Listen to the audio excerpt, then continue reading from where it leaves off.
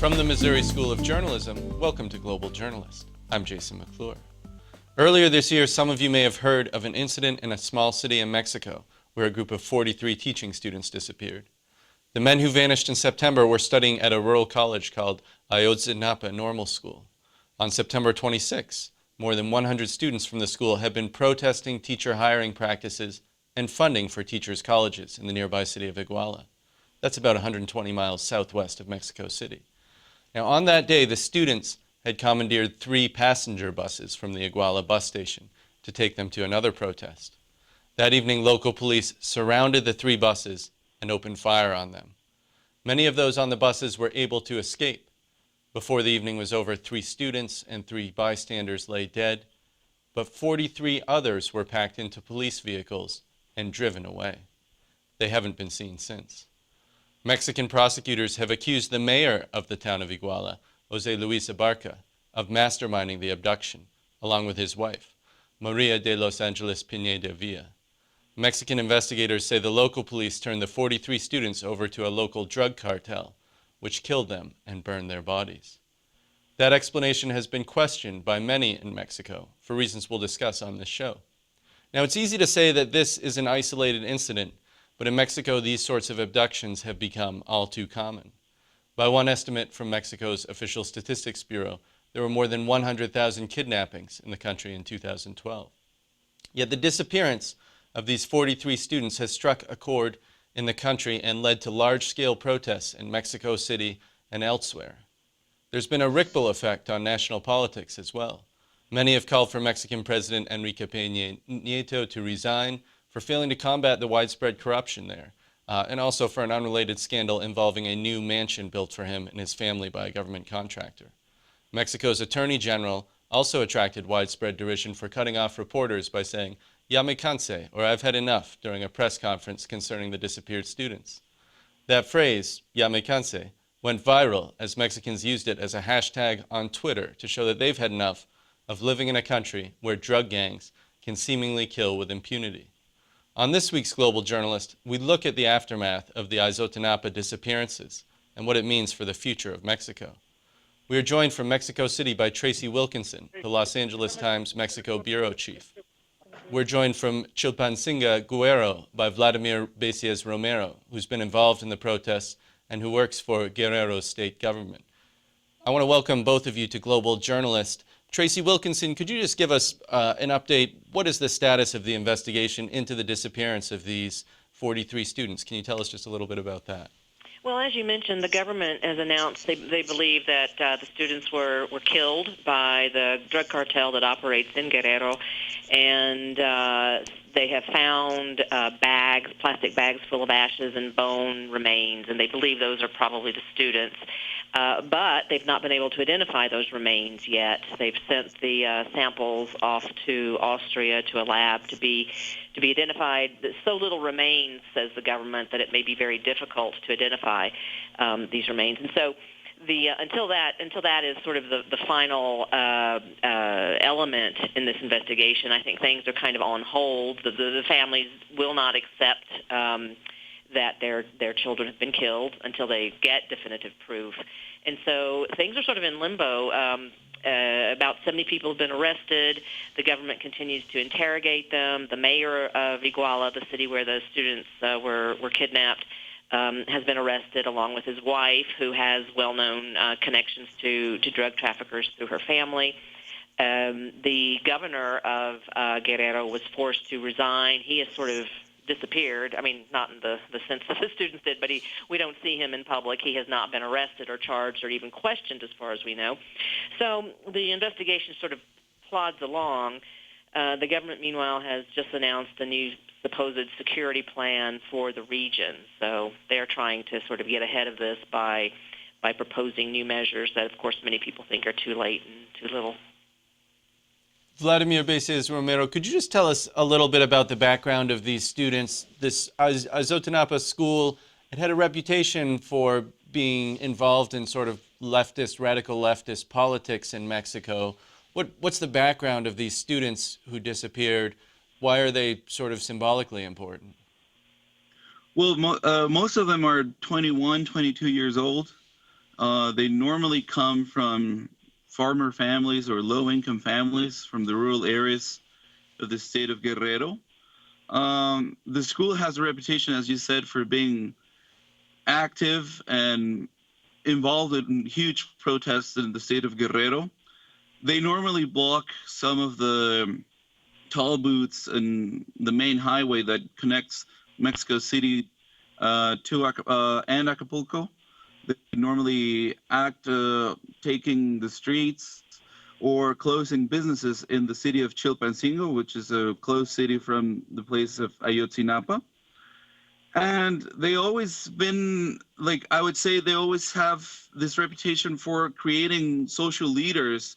They had one important one in the 70s that was Lucio Cabañas, and he was a student there and became a huge icon of leftist movement back in those days. He actually kidnapped one of the governors at the time in the state of Guerrero for a few months.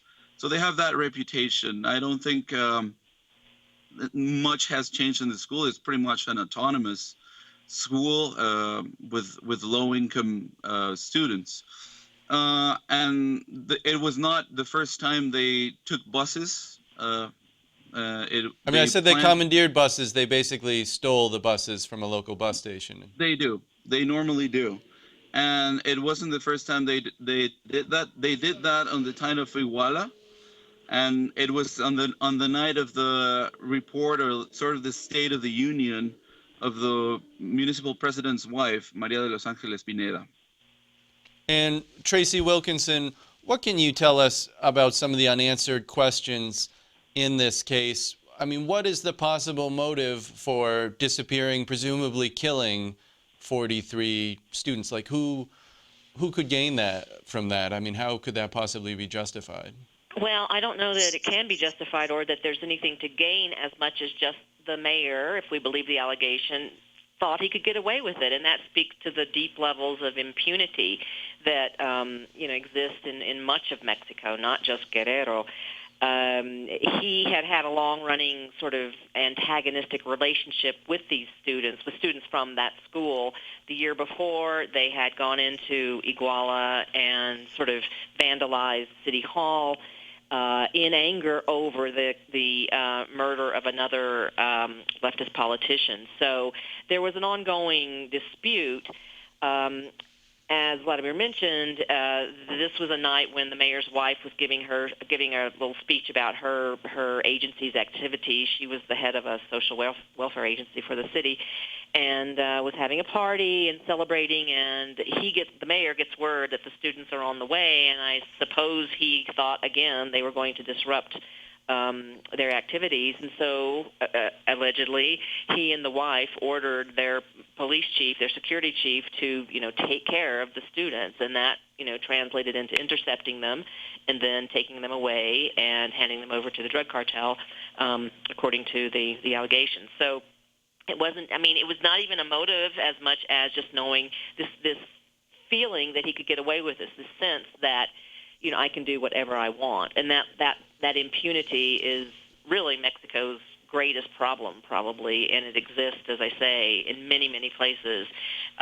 Journalists are murdered and nothing happens. Peasant leaders are murdered and nothing happens. There is no justice for a lot of people, and so that empowers, if you will, anyone with a little bit of authority to abuse that authority. And part of what has been confusing about this investigation is that investigators have found the site of a mass grave, and they've sent these remains from 20-some bodies off to Austria to be identified. But it sounds like it's possible it could be the wrong mass grave, that there are just other mass graves in Mexico that hold the bodies of unknown people. Well, that was what was so macabre about this, is that as they started looking for the students, they came upon grave after grave after grave of, the hidden graves. And I think it's up to maybe 50 bodies now that they have found that they don't think are the students. And so this speaks to all of the unacknowledged, hidden killing that has been going on for a long time. And I think these most of these are recent, within the last year or two. So, and this was a security problem that the higher levels of government just refused to even acknowledge. I think that it's very likely that what they have now found and sent off to Austria are the students. But there is such a level of mistrust and cynicism here towards the government, in the public towards the government, that they will not believe it until many people here will not believe it until there is something more definitive. This is Global Journalist. I'm Jason McClure. On this week's program, we're looking at the kidnappings and murders of 43 teaching students in Mexico and what impact that has had on the country. We're joined from Mexico City by Tracy Wilkinson, the Los Angeles Times bureau chief, and from Chilpancingo in Guerrero State by Vladimir Beces Romero, who works in the Guerrero State Legislature and who's been participating in the protests. If you're interested in more Global Journalist content, head to our website at globaljournalist.org. You can download past episodes from our archive and read in-depth articles on international affairs and free press issues. You can connect with us on social media too, by liking us on Facebook or by following us on Twitter at Global Journ. Vladimir Beces Romero, you've been involved in some of these protests. Can you tell us sort of about the mood of the people involved in some of these really major demonstrations in Mexico City and elsewhere? What do they want? What is their feeling about what's gone on? Good. That is a very hard question to answer because I think there's different moods. First of all, I think it was the pain in the first protests. It's just sympathizing or empathizing with the families of 43 students that are missing still or were violently killed and tortured. So I would say the first feeling that comes to my mind is pain and, I don't know, at some point resignation and anger against the Mexican institutions, against this environment of really strong violence. Then I would say it translated to anger towards the Mexican institutions. And I think a lot of people address this anger towards President Peña because I think for the longest time, for the couple of years of his administration, I think there was this intention to cover up the violent stories of the killings all across the country with different news. And I think we were at some point not being informed by the main media about these killings that kept happening all this time. So I think there's a huge movement trying to make Peña resign. I think that is sort of the feeling of the last ones. But at the same point, I think the protests haven't been able to make a statement of changes, proposals.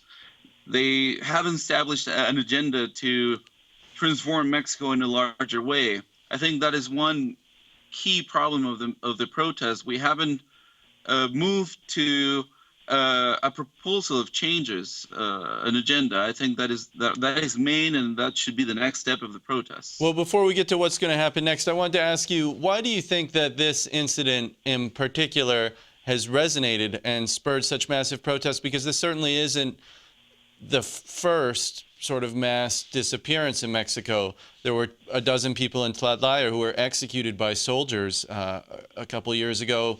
Last year, there were 13 young people abducted from a bar right in one of the nice parts of Mexico City. So this isn't, I mean, it's the scale of the incident is larger, but it's not unheard of. So why now?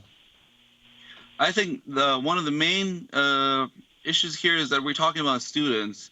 And we were referring to that as that in 1968, it was a mass killing and disappearance of students.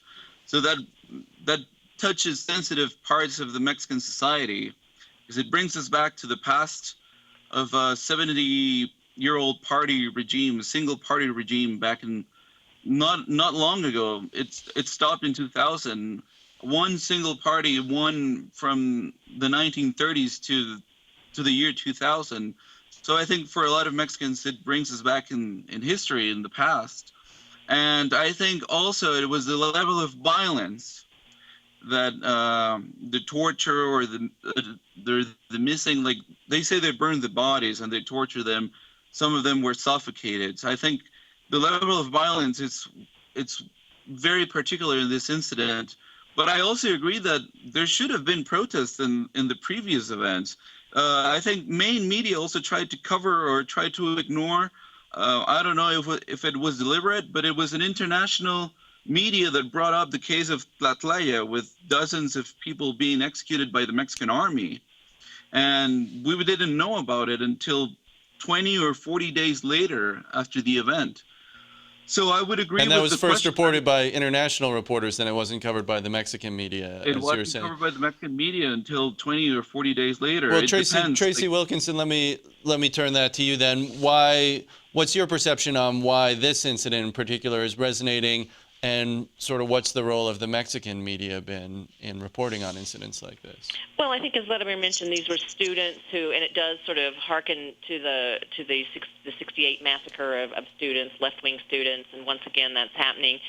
And also they're what they call here innocent victims. These are not people who, as far as we know, had any dealings with drug traffickers or connections or such. And so, and these were kids. They weren't angels, obviously, but they were kids from poor families who were just trying to get a little bit of an education to then become teachers and impart a little more education. And so it was sort of the school itself is an institution developed during the Revolution, and so it sort of was very symbolically important. So these were students that had a symbolic importance as well, and that is what has resonated, I think, and helped galvanize the reaction. Now, the Peña Nieto government, I think, from the beginning has had a very skillful PR machine at work, and they really worked hard to try to change the conversation about Mexico, to project a different image, and it worked actually very well with some international press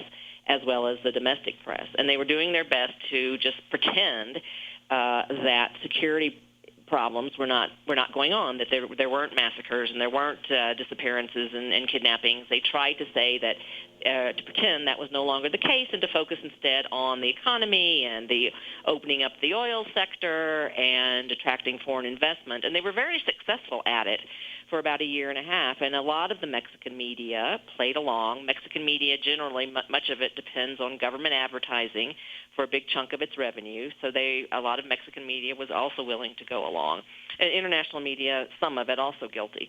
But, that can only last so long. And then we've had one controversy after another. And so finally that cone of silence has broken. And you finally have now people coming out, from all walks of life. That's what's, to me, most remarkable. I agree with Vladimir that the demonstrations have yet to establish a clear agenda for solutions and how they really want to change things. But what is very impressive is that people are coming, it's families and it's students and teachers, of course, but then it's professionals and young people and intellectuals. So it has a much broader base. You don't see the political elite joining in yet. And until the pressure has to be on the political elite and maybe the business elite for any real change. And we don't see them really understanding the full scope of the problem yet, I think. This is Global Journalist. I'm Jason McClure. On this week's program, we're looking at the kidnappings and murders of 43 teaching students in Mexico and what impact that has had on the country. We're joined from Mexico City by Tracy Wilkinson, the Los Angeles Times bureau chief, and from Chilpancingo in Guerrero State by Vladimir Bases Romero, who works in the Guerrero State Legislature and who's been participating in the protests. If you're interested in more Global Journalist content, head to our website at globaljournalist.org. You can connect with us on social media, too, by liking us on Facebook or by following us on Twitter at GlobalJourn. Vladimir Bases Romero, I wanted to ask you about the role of social media in these protests. How has that helped to sort of spread the message across the country? Has it really been effective, or is this just something that people are doing to show that they care?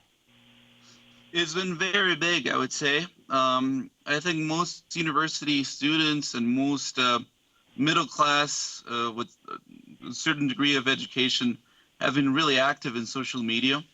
Most of the topics related to this incident, which are Acción Global por Ayotzinapa, Global Action for Ayotzinapa, and Ya Me Cansé, as you mentioned in the beginning of the show, became trending topics for, I think Yamakanseo was for 27 days. It just dropped the trending topic list in national Twitter accounts. So I think it's been very big. I think it has played a major role to not only to raise awareness of the event, but also to communicate the places and times of the protests.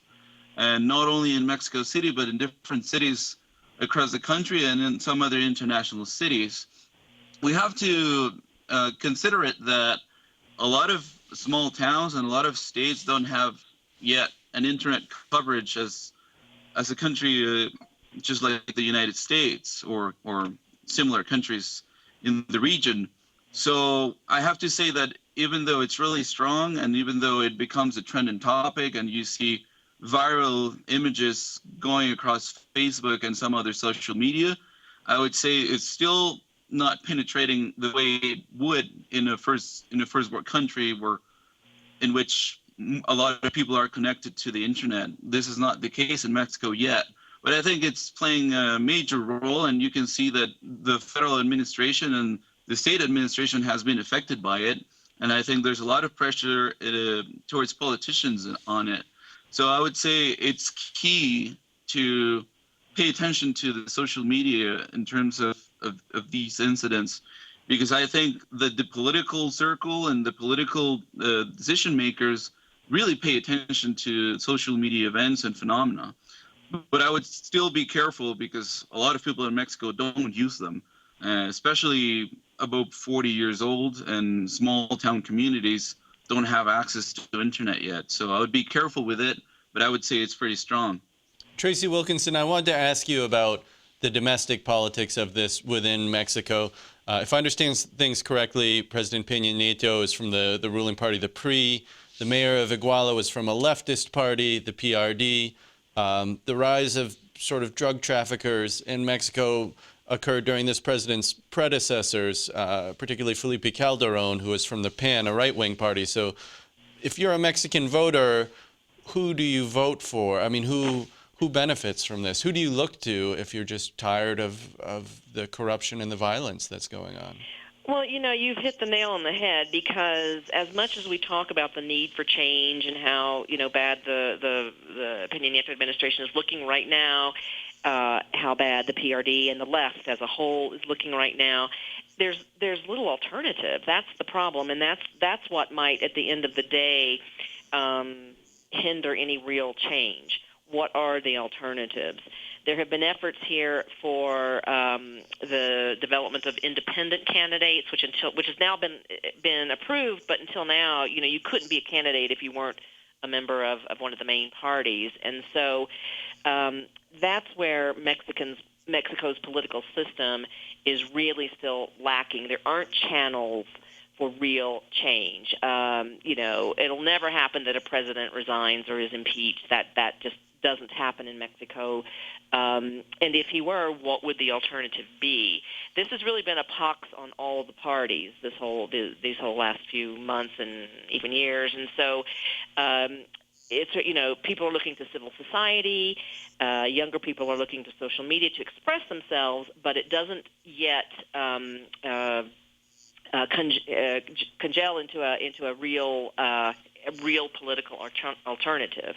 That's why a lot of people are getting very desperate, and there's a lot of concern that this could go a very ugly route as well. It could just disintegrate into violence if it's not carefully managed. But the alternatives right now, if I were a Mexican voter, unfortunately, I'd probably sit it out, and that's what a lot of people do. And are there government institutions? Are there political parties? Are there other groups, the army, the federal police, state governments that are viewed as sort of clean or untouched by the influence of drug cartels? I mean, it's just, to many people, it just seems amazing that someone could be the mayor of a city and have their wife be sort of a well-known figure in a drug trafficking ring. Yeah. I would be hard-pressed to tell you of an institution that has no drug-related corruption. Even if you look at polls, generally have Mexicans still holding in fairly high regard the army and the church. And yet, we've seen corrupt army officers, abusive army officers, and some bought off by drug traffickers. I'm not saying the institution as a whole, but certainly elements. We've seen priests, very brave priests who have stood up to drug traffickers, but then in other parts, priests who have, accepted drug money, even if it was like to build a chapel or to, make repairs on the church. And so there is, if not obviously direct participation, there is often complicity, and you see it in the business community. You see it certainly in politicians and police forces. So I'd be hard pressed to find an institution, say outside of maybe civil society. Some of the NGOs clearly are clean, but the state institutions, I'd be hard pressed to say any is clean. It's just levels of corruption. Some are less corrupt than others. Vladimir Besias Romero, what's your response to that? I absolutely agree. It's hard to find any institution you can say is clean, but I think that brings us to the amount of power and the amount of money that the drug trafficking obtains. I think it's too big to ignore, and it's too big to keep anything clean. And I think this is why I'm excited, or I'm proud to talk to an American media, because I think there's a huge role also in the American society in terms of drugs. I think the American society is not guilty of this, obviously, but I think it's responsible at some point for the high levels of consumption of drugs. And I think the American society has the power to change that. I think there should be a stronger agenda, because I think the dead people are on this side of the border, and the guns come from the other side of the border, and the drug use is on the other side of the border. And I think the American society should be aware that the level of, the capacity to corrupt everything at its pace by the drug cartels is too big, and it corrupted almost everything in the Mexican society. But I'm sure, if you think about it, you can call to any drug dealer in the United States and he can deliver within minutes. That tells you how, the power of organization, the amount of money they can handle, the capacity to corrupt everything at its pace. And I think it's really important for the American society to take into consideration the effects, the negative effects of the drug use that sometimes seems like a recreational activity in the United States, like a sort of cool thing to do. And it is not on this side of the border. It's out of control. Because the money from this side of the border, from Europe, from other consuming countries, is part of what's driving some of the problems in Mexico. That's all for this edition of Global Journalist, a production of the Reynolds Journalism Institute and the Missouri School of Journalism. Many thanks to Tracy Wilkinson, Vladimir Besias Romero for joining us. Global Journalist executive producer is Casey Morrell. This week's lead producer is Siddharth Vodnala, with assistance from Bia Ciordia, Tracy Goldner, and Jack Howard. Our technical director is Travis McMillan from RJI, and Pat Akers of KBIA is our audio engineer. For all of us at Global Journalist, I'm Jason McClure. Thanks for joining us this week, and we hope you'll be with us next time.